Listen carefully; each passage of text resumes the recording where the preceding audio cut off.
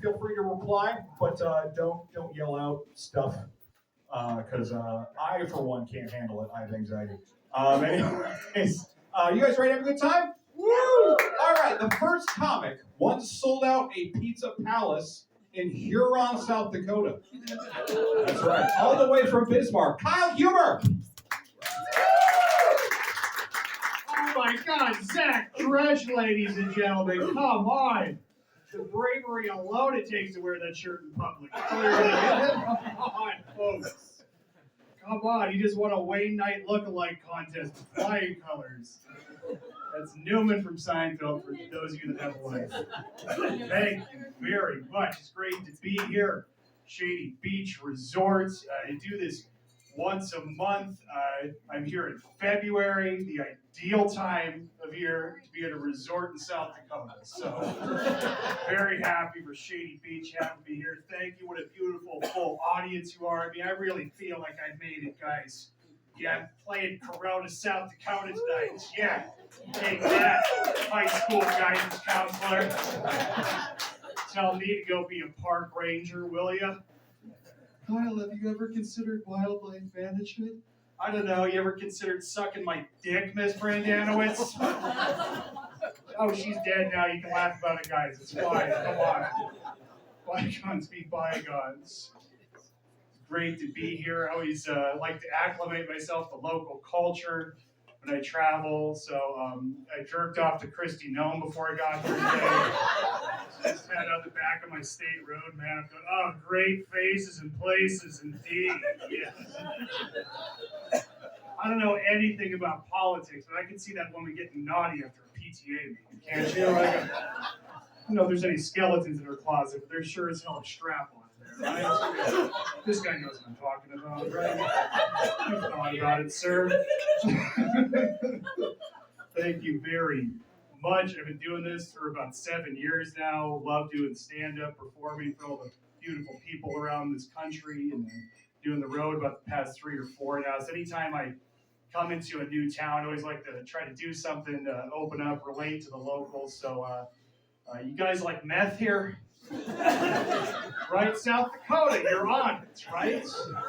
That, the whole thing, I don't know. Well, I'm not a fan of crystal meth personally, but my neighbor Dwayne loves that shit.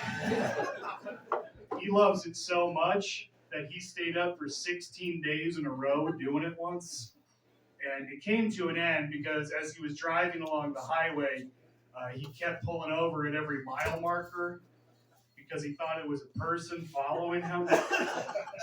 And it's not illegal to do that, but a state trooper was able to knock him with a vision restriction on his license because apparently it's illegal to operate a motor vehicle when your eyes are 85% pupil. So because of some political bullshit, I'm not going to see Dwayne for 4 to 6 years with the possibility of parole.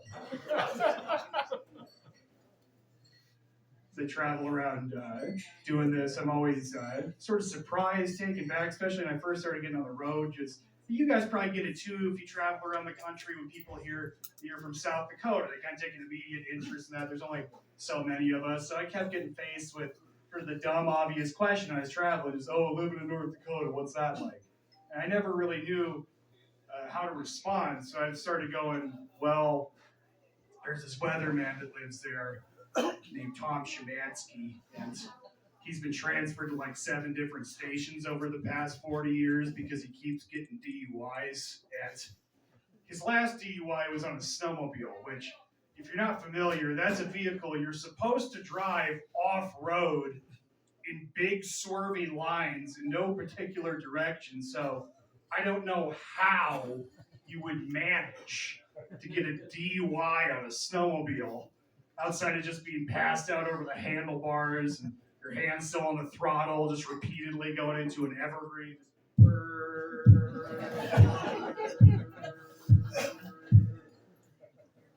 Mr. Szymanski, please step to the side of the snowmobile. You're 76 years old. This is embarrassing. Your granddaughter is your emergency contact. Come on. So that's our most trusted voice in meteorology on the Northern Plains. I won't go out in the morning without hearing 2 Drunk Toms forecast. Tonight's calling for rolling blackouts. We're not talking about the weather. Bit of a different place where I live, unique place. There's a Hutterite colony right north of me, less than 100 miles. I got any Hutterites in here tonight? Where are my hoots at? Hoot, hoot. No, sir? Okay, couldn't be too sure. Those of you that aren't familiar, though, might have never met a Hutterite. They live in this colony together, and, they wear suspenders and have neck beards. They're kind of like an Amish light, And given I've never read the Book of Hootie or whatever the religious text is, I'm sure, if one of the elders heard me say that, he'd get all upset, It's, oh no, Amish are lame. Our pants have zippers. We're with the times. We're hip. We use spray foam insulation. We're cool. But from what I could gather, they've more or less just made being a cheapskate into a religion. I'll see these goofballs digging through the discount meat bin at the supermarket near where I live, looking to save a dime on some gizzards, bringing it up to the counter, wasting everyone's time. Oh, will you take a bale of twine and an egg for it? It's like, this isn't a fur trading post.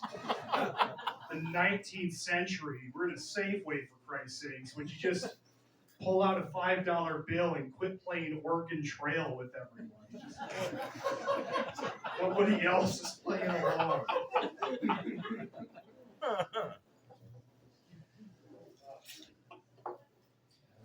Thanks again for coming out. It's not always a great crowd like this, so very excited, especially ever since 2020 with comics, a whole year and a half went by where stand-ups, we couldn't do this because it's not like a musician where you have a jam session in the basement. We need a live audience. Ever since then, it's always just felt great to get out on the road and have work, and hopefully nothing like that ever has to happen again. It's a real shame that people avoid intimacy when they get COVID, because the main symptoms are losing your sense of smell and taste. So, what better time to eat ass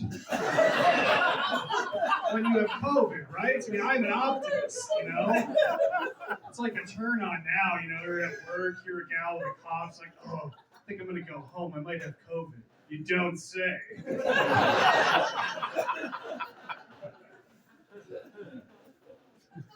I got your testing kit right here.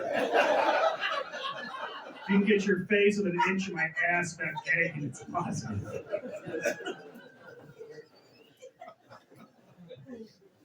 Just jokes, everyone, just jokes. Don't lick anyone if you're sick. It's not sick. However, if you're a couple living together, you both have COVID and you're not eating each other's asses, you have intimacy issues. My God, you might as well have superpowers as far as I'm concerned. Just sitting there in bed, flipping through Harry Potter, sipping Sunny D. What a couple of duds you ended up being. Because it's not easy in a long-term relationship to keep things interesting, Gotta add a little bit of spice. Even if you're not sick, just a little bit of role play, liven up the mood. Say, oh, honey, you gonna give me that new variant tonight? Yeah, right? Oh, honey! Oh! That's how I sound anyway. Might have to get that checked out. I've had mixed reviews with the ladies, I'll be honest with you guys. Very mixed reviews, but not going bad at the moment, though. I try to keep things interesting for my girlfriend, as time goes on and stick together for a while. I see a lot of couples out here tonight, so make sure you treat each other right, keep surprising her, come up with some new things. I was reading up on some ladies' articles the other day, and I was trying to liven up the mood, be a gentleman. And I was reading this one, said that a lot of women really appreciate a man of culture. Like an accent can be a huge turn on for a girl. So we were making out the other night and had the fire going nice and hot, and things were getting hot and heavy, and running my hands through her hair, and leaned in and decided to do something extra special, and whisper in her ear and put my North Dakota accent on extra thick, to get her in the mood. I just leaned in and I was like, oh yeah, get the slicker and shit down there. I'm gonna go down in you after help new battery and snowblower. I don't have a girlfriend, actually. believe it or not. I don't know if this last 7 minutes have been any indication. But I'm doing a show here in Shady Beach tonight for you people. That's way better than having a girlfriend. Totally. I'm not dead inside whatsoever. It's not bad. I joke around, folks. Take shots at myself. As a single guy, I watch a lot of sports. Got a lot of free time on my hands.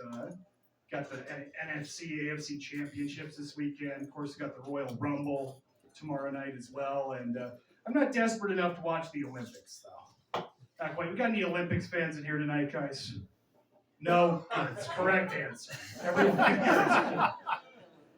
No, because this is the United States of America, for God's sakes.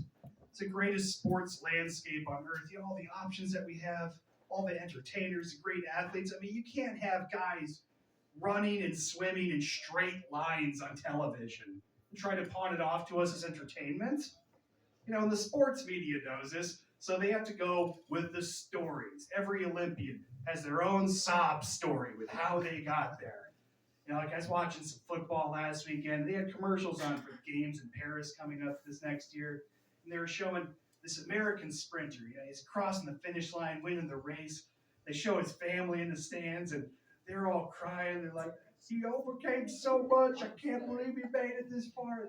They're showing a Polaroid of him as a kid. He's got these big Coke bottle glasses, you know, and the headbands mushing down the afro. And he's got this giant, like, novelty-size inhaler. He had to go to a joke store to get it, you know. They're all crying, going, he had childhood asthma so bad, and we never thought he'd get here. And they're raising his hand on the metal stand, and there's chariots of fire plate. It's this great story of triumph of the human spirit over asthma. And I thought, wow, that's a very American Olympic story. Now, you know, what about the guy he's racing in lane 8 from Rwanda? You think he has a similar tale of woe, how he got to the games? What if you interviewed that guy? What would he have to say? Wow, just 19 years old, here in Paris, representing your country, so much pride and responsibility that's come with you. Just, how do you do it? What do you give the credit to? Where does all of your speed come from? Well, I've gotten a tremendous amount of support from all my friends and family that are left. But mostly, I have to credit my speed to running away from genocide. Literal modern-day genocide I physically had to outrun. I actually spent 2 weeks in the brush eating bugs. It was safer than being in my hometown at that point. And the only way I got here is because my cousin on the docks was able to smuggle me in a shipping container. And I don't know if you ever traveled via shipping container, but they don't really give you a round-trip ticket. So once the games are over, I'm just going to be a fast, homeless Rwandan man trying to make my own way on the streets of Paris. Yeah, there's no such thing as an easy day for me, but anytime I start feeling down in the dumps and all sorry for myself, I just think of that American in lane 3 with occasional shortness of breath. And I think, boy, if old Wheezy over here can pull up his bootstraps, I can bear my little cross for humanity. Guess it's not too bad. Oh, God, thank you again for coming out. I'm going to get down here just a second. The beautiful Zach Dresch will be back up here again, Sioux Falls' favorite son.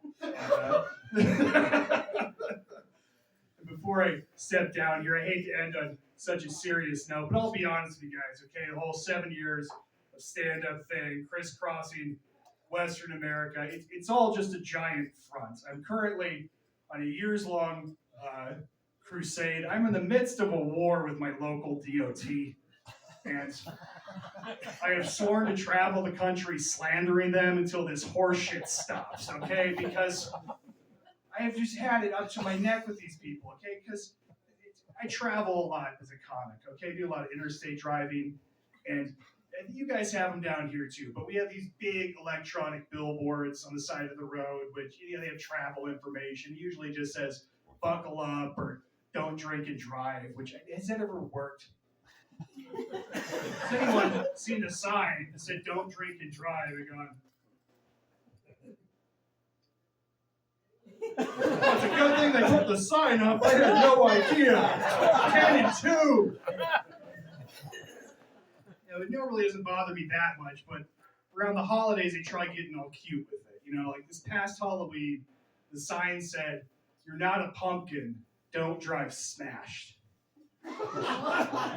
Yeah, groans is what that deserves. Very good. You're some comedian. I work hard trying to come up with something you haven't heard before.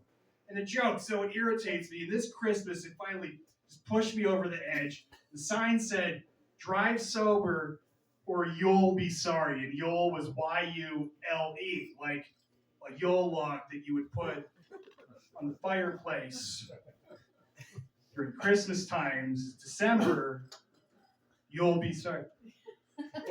Yule log is. You get it? Yeah, it's insulting to our intelligence. I know, sir. I was irritated too, but I know you guys, if you're interested in joining my crusade, it's info@nddot.gov. I've already gotten like 8 email addresses banned. Or maybe you guys need to bitch at one of your local authorities. I don't know. They had the "Don't Jerk and Drive" billboards up a few years ago, right? In this state, somebody needs to get an ass chewing over that bullshit, okay? Mine read as follows.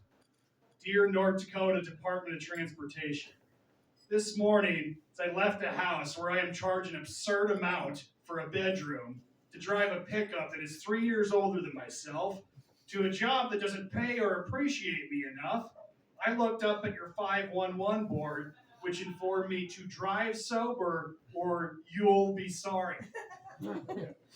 So now, I have to take time out of my 30-minute lunch break, 30 minutes a greedy son of a bitch doesn't let me stay clocked in for, to teach you something that Mrs. Kurtz taught me in 3rd grade.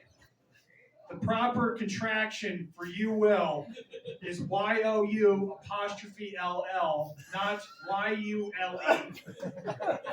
I do not find your continued attempts at making puns clever or humorous, nor does anybody else around here. Over 40 miles of interstate was coned down to 1 lane for 6 months this year, and workers were present for 2 weeks.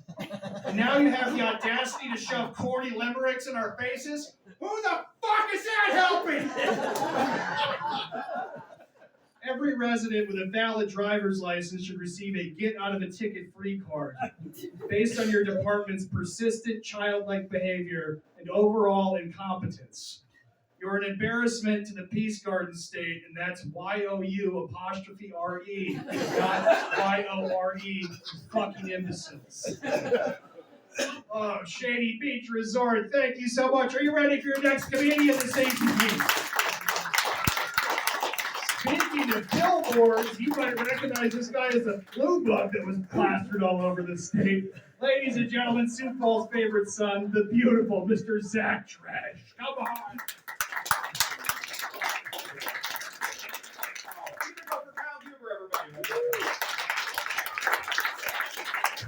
Oh, hi, it's me, the guy that doesn't know how to work a microphone. How are you doing? All right, then. Excited to be here. My name is Zach Dresch. I am the legit love child of Bob Ross and Richard Simmons. That's right. And fun fact about me, the carpet does not match the drapes, it exceeds it. That's right. If you're wondering how I got my voluptuous curls, when I was born, my mother's bush came with it.